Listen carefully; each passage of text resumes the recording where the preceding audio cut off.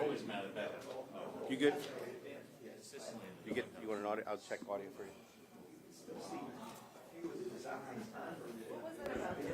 One, two, three. You good, sir?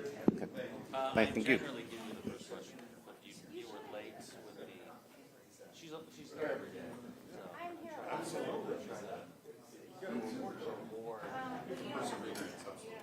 I know. Also, James asked a question that was on my list to ask later anyway, which is funny. So. What's interesting to me is despite my, respecting her diligence, she still doesn't like me. So it's not like it's not like working relationship. Gotcha. You know what I'm saying? We're not friends. She's made that abundantly clear. No, I assume Molly, I got everything. It's just the graphics and the maps. I'll take the, I didn't get that. All I got was the actual. Yeah. Oh, this is the leverage stuff. The mayor's business. Yeah. I should have asked Molly actually. So like It does look like that. So that answers my question there. is this in this map? Is this in the I have to check what she emailed. Yeah, these are the three graphics I have. Okay, she might have emailed this too. I did not get this. Because these pages are in the capital document, but I didn't see the map. So I'll just double check on that because I'd like to add that to the story. Yeah, I'll ask her if it was in there or not. If you could send me these separately, because I do not have that. All I have is it might be buried in that, but all I got is the big, like, 100-page document. Yeah. And I was looking through last night as I was looking at date and covering the data. So, Oh, how was that? nobody was quite there yet. It was just the opening press conference. But it was really interesting to see how much they shut down. Good, man. You? These leverage support categories. What are these percentages here? Is that the increase? Do you know? I think that is the percentage in total of leverage support. Oh, I see. I see of the total. Okay. Yeah. Total amount. Okay. I was expecting you to know everything in there. Holy crap, man! It's a lot, yeah. So I might pull in some smarter people, depending on the detail of your question. Literally talking about Ukraine, about Russia. Okay. Were there national reporters there too? Yeah, there was one national reporter, and then there was an international reporter. I think there was a guy. I think he was from the Balkans, somewhere in there. Okay. I didn't get the accent kind of put him there. Yeah. Yeah, it was cool. I mean, my big challenge was I think I hear her, everyone. back in town by 7. My son graduated last year. Oh wow. So Watch her come in here with a huge crew. Watch this. who's her? And I was doing a story not only for us, but for all of Sinclair. Yeah. But Hey guys, oh, you're wearing Mika Owens colors. I forgot my pin. Yeah. We were you never know the traffic. You're right. Right. It actually took me, because his graduation was at Thomas More. Instead of going straight through Cincinnati, it took me all the way around 275. All right, we ready? I made it. Yes.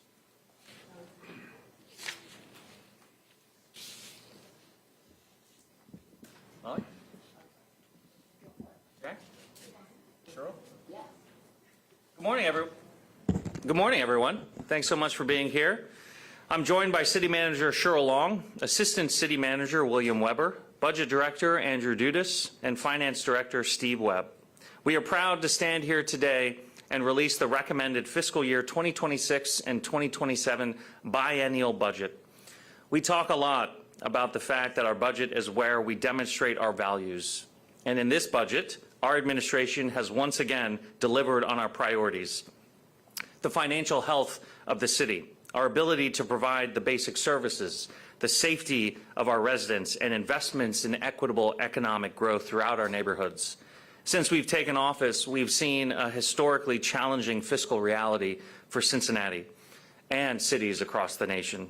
The economic uncertainty, the rising costs, the changing dynamics of remote work, we've had to make difficult choices. We have had to be intentional and innovative with our investments in future growth.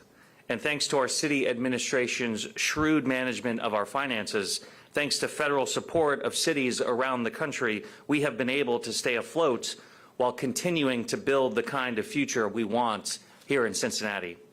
This budget represents the first year where American Rescue Plan funds are no longer available to support us. But we were ready for this moment. Our administration has made challenging, forward-thinking decisions to maximize the effectiveness of our public dollars. Many departments, projects, and investments across our city have had to look at how they can do more with less.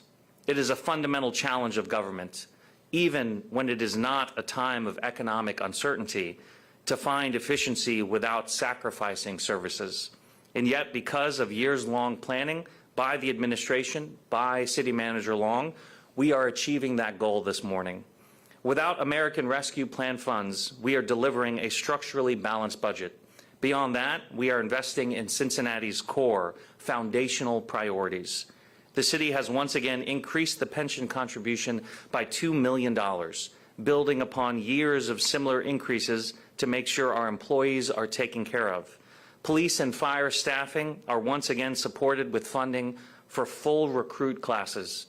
And after our communities experienced generational weather incidents this winter and spring, the historic snow and flooding that strained our public services, after that, we are providing a significant boost to staffing and resources for road repair so that we are equipped as possible to maintain the streets our residents use every single day. Our city's greatest assets are our employees, who show up daily to serve residents rain or shine, and we will continue to make sure the resources are there for them to do their critical jobs. This budget's structural balance is the product of the future-focused decisions we have made in the past.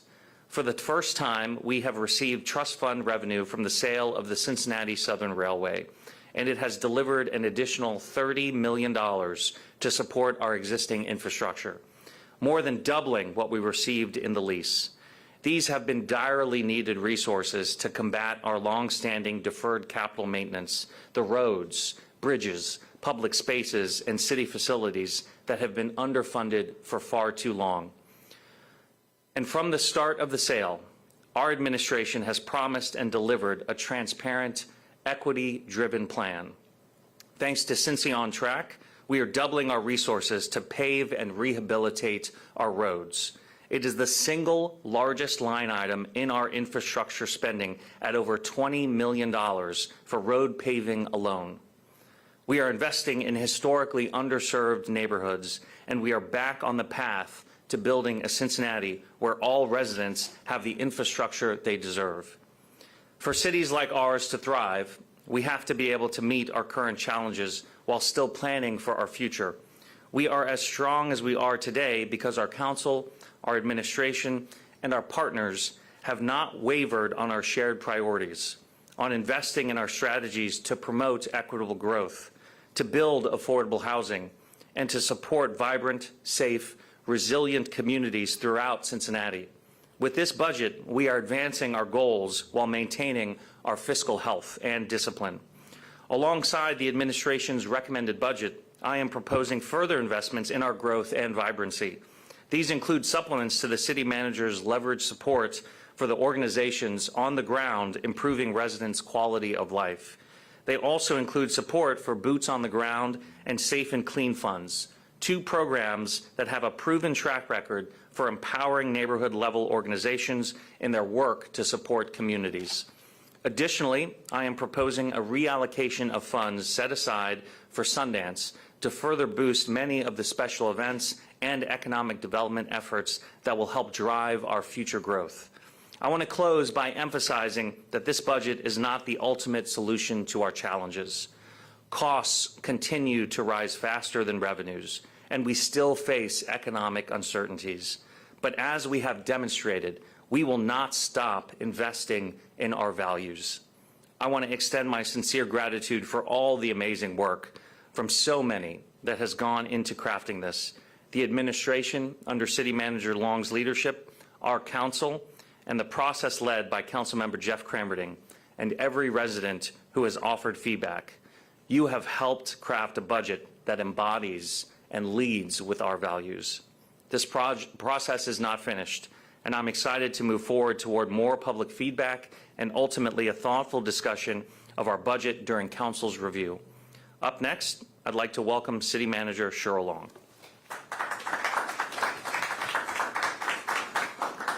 Thank you, Mayor.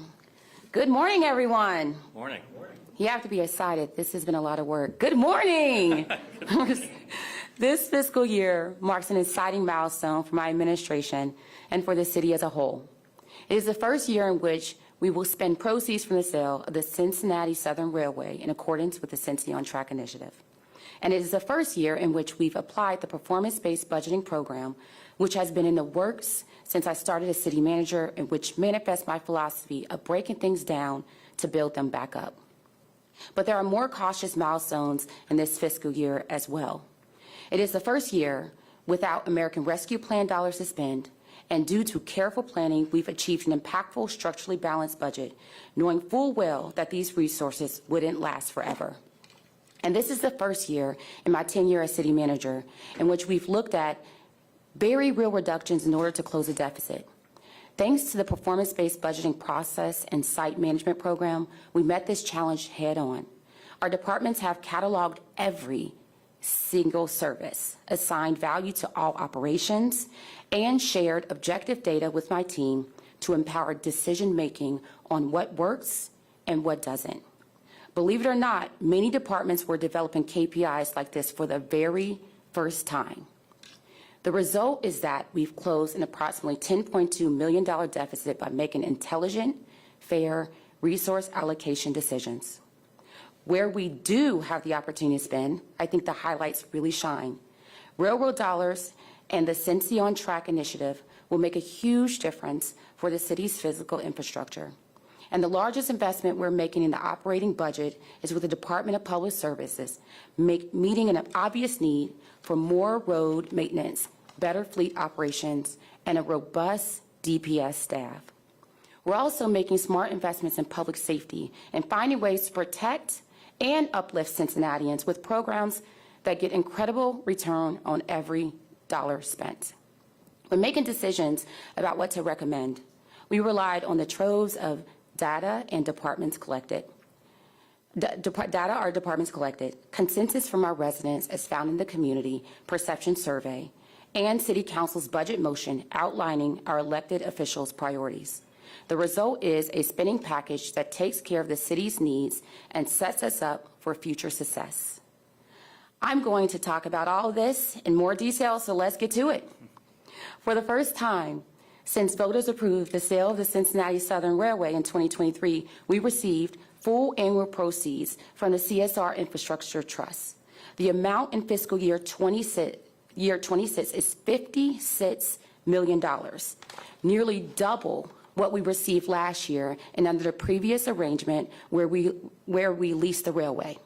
The Cincinnati on Track initiative is a transparent, holistic framework to identify projects funded by CSR sale proceeds.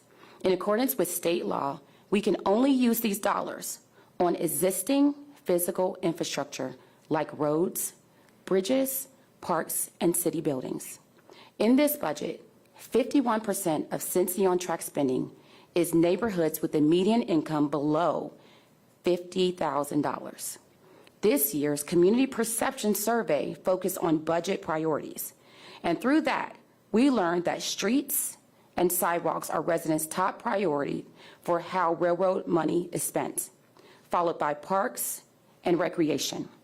Using that data and a variety of other research, we plan to spend this year's $56 million on numerous projects spread throughout the city and meeting a variety of critical needs. These include a 57% increase in street rehabilitation funding with projects across the city, a renovation of the city's aging fleet garage with $4 million spent in the first year, a renovation of the Dunham Recreation Center, renovations and improvements at several parks, including McAvoy Park, Owl's Nest Park, and the bike trail at Sawyer Point and Gateman's Cove. I want to encourage everyone to visit the Cincy on Track dashboard on the Cincy Insights website to see what projects are underway and what's coming down the pike. We know that many people don't fully understand how the railroad funding works, so our intention is to lead with transparency and be as upfront as possible. In the operating budget, we're also focused on the basic building blocks that make our city successful. The large investment this year is in the Department of Public Service, who fix the roads, collect the trash, maintain the fleet, and handle most other everyday tasks that keep Cincinnati clean and safe. About $500,000 is recommended for preventative maintenance pavement repair, which includes fixing potholes and making other repairs that extend the life of our road. An additional $250,000 is restricted funds is being spent in this area as well. And when you add them up, it's a 54% increase in what previously was invested. We also recommend 4 new positions at the DPS leadership level to strengthen the department's operations. And we're investing hundreds of thousands of dollars in technology and IT improvements, as well as training resources. In fact, much of the funding across departments is being spent on personnel. In the police department, we're funding a pilot program that debuted last year to engage young people who have aged out of the summer cadet program, which ends at 18, but are not yet old enough for the police academy, which starts at age 20. A modest investment to close this gap will have huge results for the police career pipeline. 3 people from last year's pilot have graduated from the most recent recruit class, and 6 will join the recruit class that begins this July. Over in the Department of Public Building Inspections, we've been so pleased by the success of the Building Inspector Training Academy, which brings training in-house, much like what we do for firefighters and police officers. The first class graduated last month. The second class has just begun their training, and this budget includes more than $400,000 to expand the third cohort and get even more people into the program. I'm extremely proud of the work BNI has done to get this initiative off the ground, because it's an outside-the-box solution to an important problem. When people think about the challenges Cincinnati face, a lack of building inspectors problem doesn't cross their minds. But these folks are on the front line of keeping our neighborhoods safe, ensuring landlords are serving their tenants and helping solve problems in the community. I am also excited to announce the city's intention to purchase 760 West 5th Street in Queensgate, which was formerly the Museum Center's Research and Archives building before they changed locations.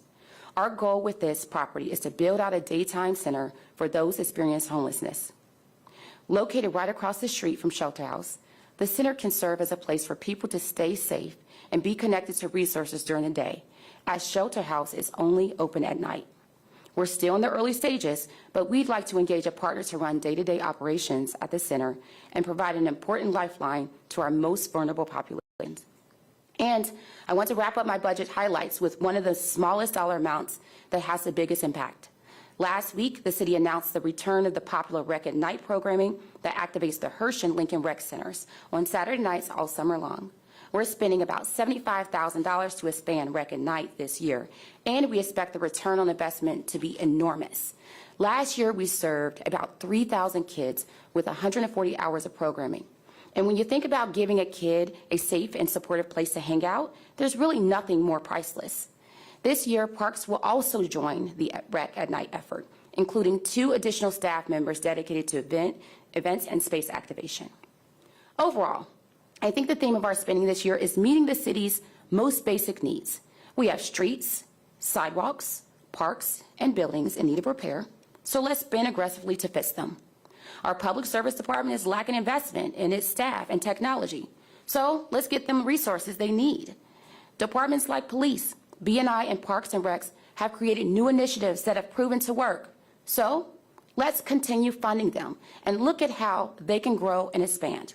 The budget threw us several challenges this year, including a deficit that required careful attention, But I am extremely proud of the work my team has done and very confident in both the reductions and investments we've decided to make.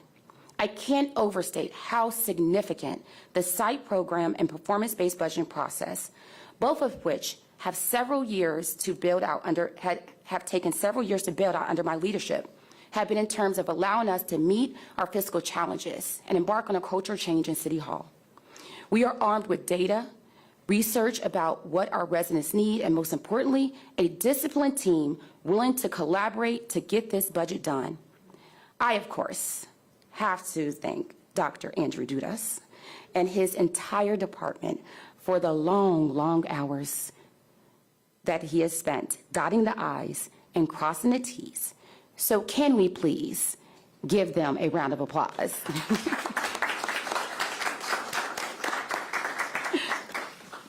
The rest of our leadership team, including the assistant city managers, in particular, Billy Weber and all of our department directors, have been so collaborative as we roll out this new way of doing things. So I had to thank them as well. And of course, I want to acknowledge the mayor and council for their partnership and unified vision for Cincinnati's future. I remain humbled to be your city manager, and I'm very proud of this recommended budget. The choices we've made are right now only for this year, but for the short, medium, and long-term future of Cincinnati. The way we've been able to transparently and collaboratively build fiscal resiliency is a testament to what makes our city so special. So thank you.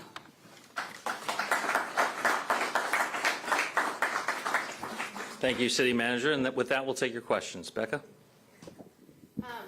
Talk about fleet replacement. So there's been a lot of focus on that this year, especially from council. But looking at the numbers, it's $10.6 million for fleet replacement, not talking about renovation of the garage, but just for replacement. Yep.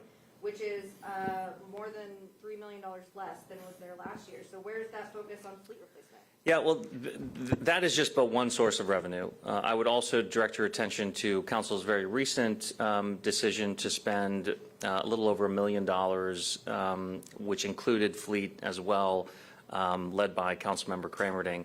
In addition to that, the city manager also detailed increases in investment for IT technology and increases in investment for full-time employees to make sure that we are more effectively and efficiently deploying the trucks and the resources that we have, because it is all of our shared responsibility and goal to be more effective with respect to both pothole replacement and also snow removal.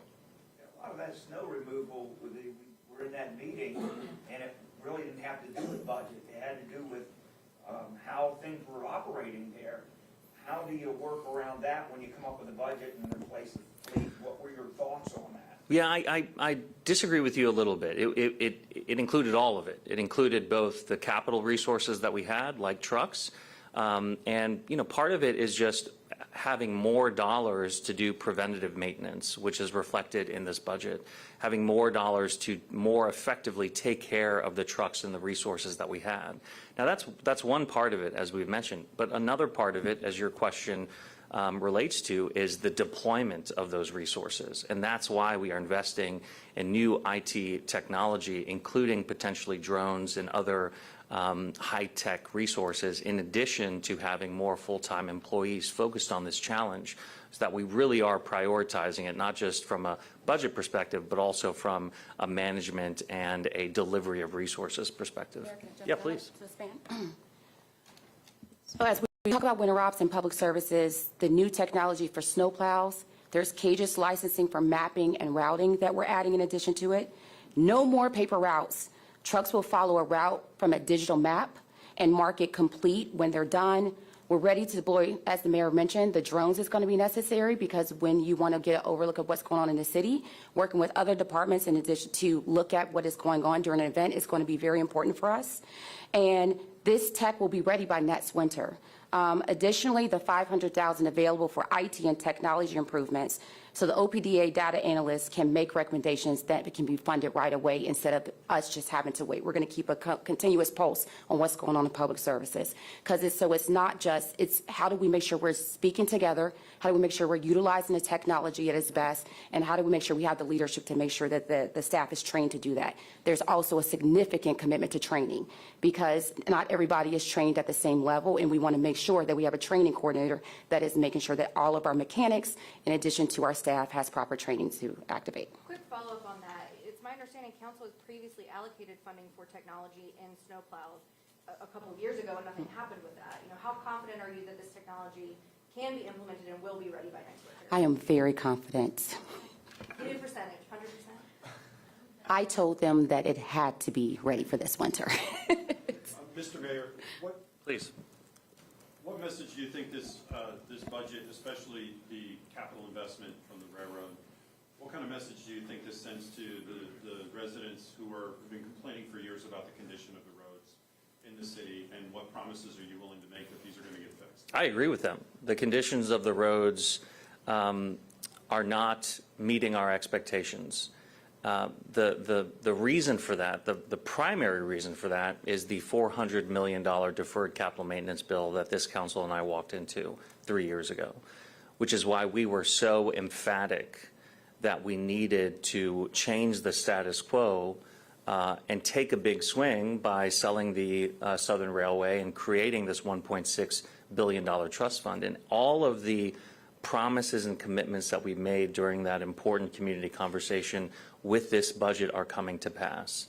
We promised that we would only spend that increase in dollars on existing infrastructure, which is mandated by state law. We promised that there would be an increase in dollars available to help us pay down that $400 million deficit, which is why you see so many of our roads crumbling. And with this budget, we now have $56 million in total rather than just $25 million. And it's going to take time. $400 million in deferred capital maintenance is a very big hole. But with this budget, for the first time, we are doubling the amount of money we're spending on road paving. And that's critically important for the crumbling infrastructure and for the potholes, because a road that is paved is 5 years, for 5 years is impervious to potholes. In addition to that, there's more dollars available for preventative maintenance of our roads. So when you start seeing those cracks in our roads that ultimately do lead to potholes, we have the resources now to more effectively fix those cracks before they become full-blown potholes. So my message to the community is we are using the increased dollars coming from the sale of the railway specifically for what it was intended to solve, which is our $400 million deficit, and within that, specifically paving more roads and doing more preventative maintenance to prevent potholes in the first place. A different part of the budget, you're growing you're growing public works, you're adding police classes, but I did notice that there's a 21% cut in economic inclusion. Do you want to explain where that money is going and why that cut was made? You'll have to be more specific about that. I'm sorry. Well, we'll bring up William Weber to answer that question. If that's okay. Yeah, please. Just because that's just the reversal of a one-time funding for that department last year. So that's, you see, the So that has nothing same to do staffing, yeah, there's with, no, nothing, it's just reallocation, it has nothing to do with like reducing it because of pressure for DEI. or correct, anything same like that. level of staffing. It was just really the reversal you're seeing. If you look back 2 years ago, we're really back to the status quo, so. Related to that, there's a smaller percentage cut for the Citizen Complaint Authority. It looks like that's just position vacancy savings. Is that, is there still a commitment to the? Yeah, the Citizen Complaint Authority is a critical aspect of not just the collaborative agreement, but the city's commitment to public safety. And so that is not a reflection of a deprioritization, but rather a reflection of where the current staffing levels are. What's the process now to get this thing passed and to make any adjustments? And if people want to talk about what they might want to see included in this Yeah. budget, how does that all happen going forward? Yeah, so the budget that the city manager and I are submitting, we are submitting directly to council.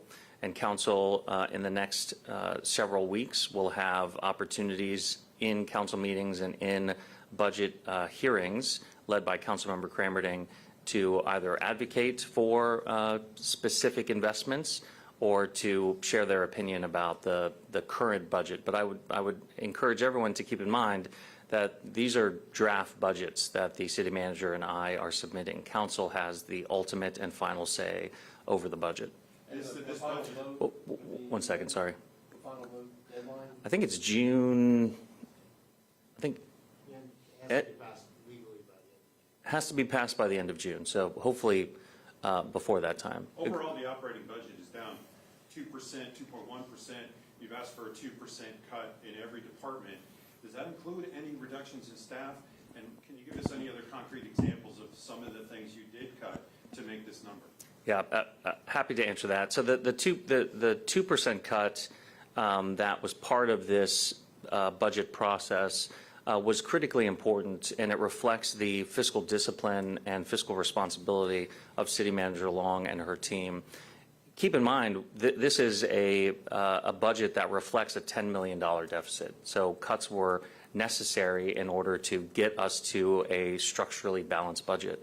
And these cuts were not just shouldered by city departments. These cuts are shouldered by elected officials as well. So you asked for specific cuts. So the council members' offices and the mayor's office were both cut by 2%. For a total, I think, of around $50,000. That is the kind of cuts that happened across the board in the city. City Manager Long, would you like to add to that? Yes. When we talk about the performance-based budgeting, that also speaks to the way that we were asking departments to be disciplined by what they were bringing up as far as their cuts. We understand that the city of Cincinnati want us to accomplish certain goals. The council and the mayor has put a vision before us. So what we ask them to do is look under the hood, look in their department, look deep and wide, and figure out what they can provide us without having to affect services. And what I would tell you is they stepped up and they did a great job on that. So when I want to make sure that I communicate, we are in the midst of a cultural change in City Hall, which is really significant. So when you see reductions, what we're trying to do is do everything we can before having to affect the services that you're being provided. What cut did you have to make that you regret that you had to make?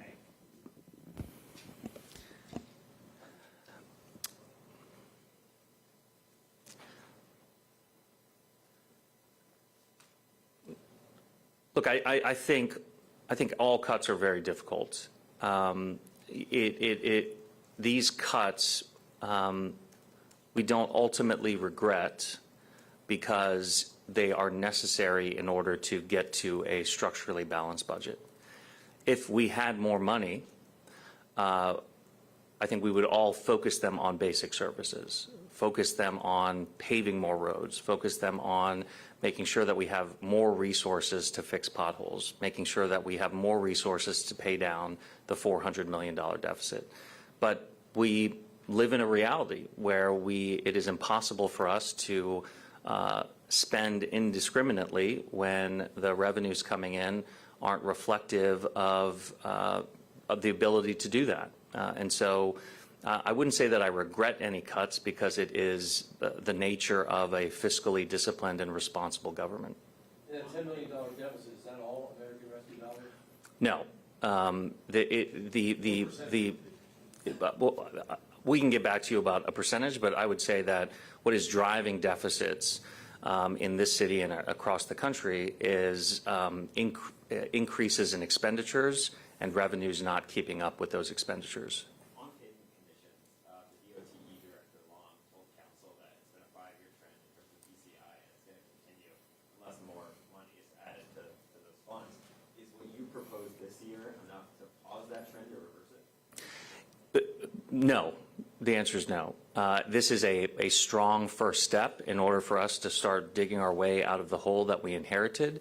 But, you know, when you're talking about $400 million in deficit, which is reflected in those PCI spends, it's going to take a long time in order to completely dig out of that hole. But we are committed in the interim, while we are digging, to continue to prioritize basic services and to continue to prioritize road conditions. One question on speed hump modernization is an Maintenance of speed humps. All of them, yeah. No, those are speed cushions. You're thinking of speed cushions. It talks about recruiting classes for fire and police for the next 2 years, is that? Yeah, it's a biannual About budget. How many officers, firefighters, is that?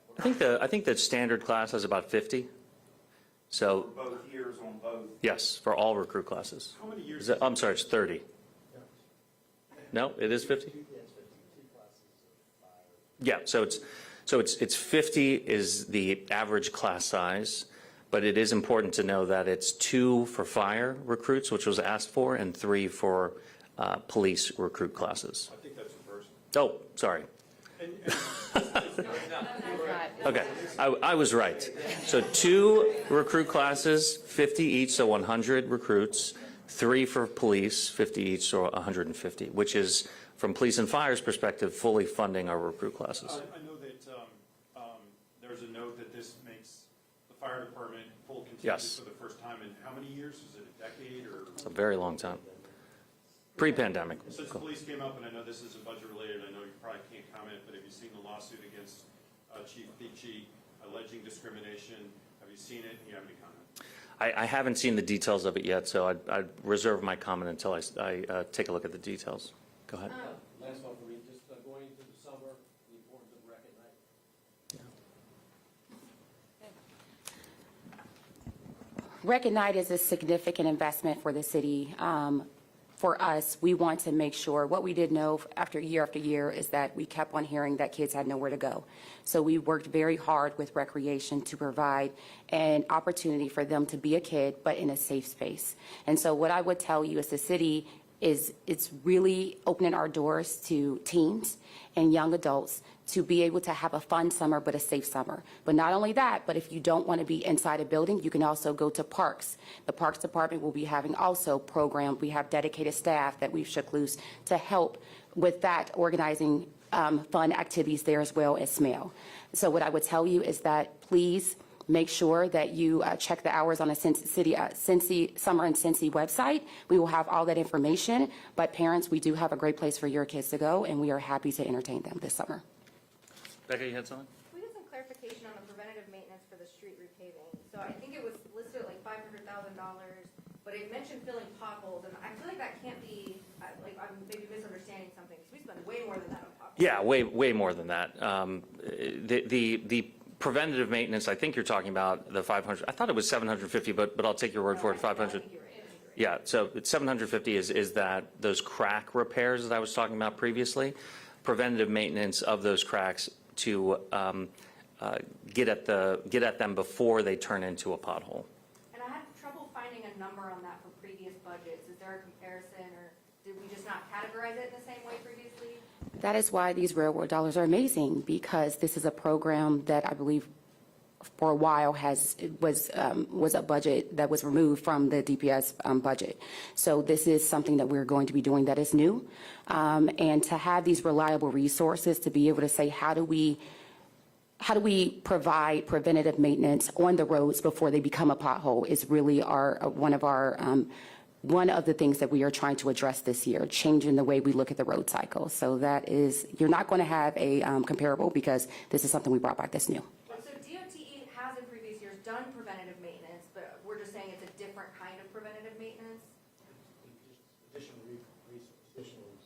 So is it a new program, or is it additional resources? Because I've heard two different. The crack ceiling is a new program, but we needed additional resources to be able to add this new program. So we put more money in the budget to be able to do it. Previous preventative maintenance was not crack sealing. it was Correct. something else. Correct. Got it. I know we've talked a lot about the spending. When you put this budget together, what are the long-term trends you're seeing in terms of the revenue? Obviously, the city's dependent on the earnings tax so much. Yep. We're seeing still struggles downtown to fill that office space. What What are we looking at in terms of a long-term outlook? You had to cut $10 million, you had to cut 2% of your spending to match your revenue. What are the revenue? Yeah, the revenue outlooks are actually surprisingly strong. What is challenging, though, is that the expenses are outgrowing those. What we have done on the revenue side, what City Manager Long has done on the revenue side is extraordinary. Without raising taxes, she was able to find $1.6 billion for deferred capital maintenance. She was able to increase parking enforcement. We saw a bump in our revenues from short-term rentals. The revenue side, despite all of the macroeconomic challenges, despite the global economic uncertainty, and that's important because since Ohio funds its cities almost, predominantly through the earnings tax, our city budget is really reflects the national economy. And so with the uncertainty at the federal level and even at the global level, there is concern at the local level that if we are to slip into a recession, worst case scenario, or stagflation, that would have a profoundly negative impact on our revenues coming into the city because it will impact the earnings tax. The one issue I would take with your question is there is no doubt that office vacancies are a national challenge, but Cincinnati is a national leader in addressing that challenge. We are second in the country for taking underutilized office space and turning it into housing. And you've seen that through the Macy's building, the PNC Tower, and then most recently with Council's financial incentive package to turn Carew Tower, the most important iconic building on our skyline, into housing. And we are third in the nation for downtown office space vacancy rates, third lowest in the nation for that. And so you're right, it's a challenge, but this council, this administration has met that challenge full steam ahead. On that note, last year we were here talking about big commitment to parking meter revenue. Yeah. Have we seen that pay off? Absolutely.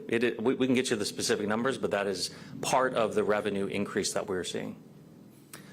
Thanks all so much. Have a great day. Oh, you have more? Okay, I'm sorry. Becca? Sorry, that was just really fast. Was that fast? I've been here for 40 minutes.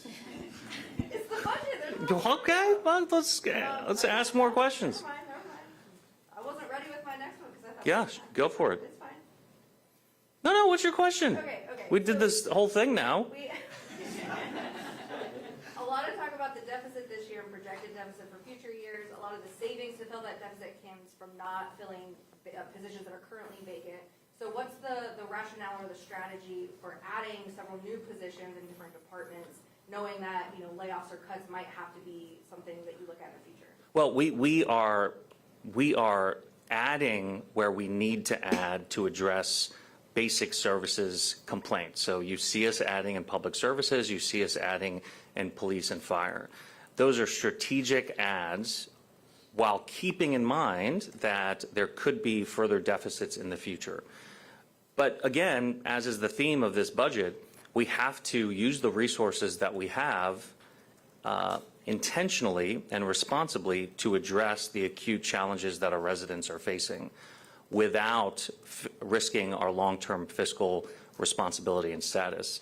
And we believe that we've done this. And don't just take our word for it. Look at our track record. Cities our size around the Midwest are currently dealing with $50 million to $100 million deficits. Even some of the local governments around this area are dealing with very significant deficits because, in part, they did not make hard decisions while we had ARP dollars. This administration has done just the opposite. And while we do have a $10 million deficit that we're having to tighten our belts around, but for the hard decisions made by this council and this administration, it would have been much worse. So we are taking that same kind of fiscal discipline right now in these uncertain times. I mean, I know you and I know the answers, but for the viewers at home, you call this a structurally balanced budget, but yet you still have a deficit. Can you explain what's going on? Yeah, so we at the beginning of this budget process, we started with a $10 million deficit. Because of cuts and reprioritization, this budget is balanced. However, next year we are projecting deficits, and the year after that and the year after that, the deficits just grow even further.